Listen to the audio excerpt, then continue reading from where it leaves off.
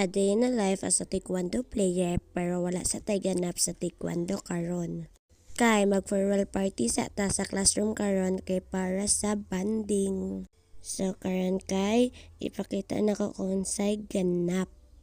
So first, syempre mangita tag suoton, then if nakakita na tag suoton, plansyahon na nato.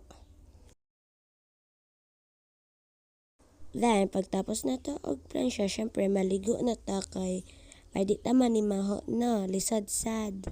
So, man ikat-kat na lang nako kay klaro naman dapat ni amin na lang. Then guys, kay tapos na ko ligo, pagkatapos kay mag-lotion na ta kay para humot. Yati, tambukan ako dira no. Ha! Then na. Then nagsandal na ko everyone. Tapos, actually gitry na ko ng sapatos pero dili man gud siya bagay. So wala na lang, nagsandal na lang ko.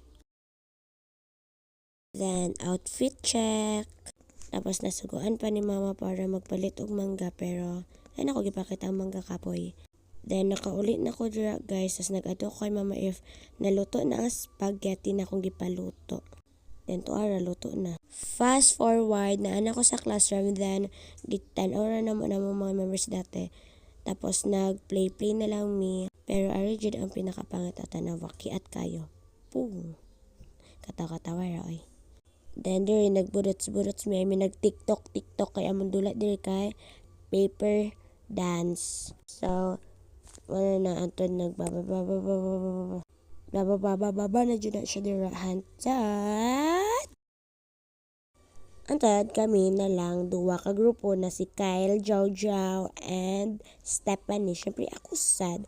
Pero di Japon may sila Kyle ang winner. Edi congrats. The next game is Ari kaning kitsaon na magkatawa. Syempre pilde pero wala ay daog na siyang duwa.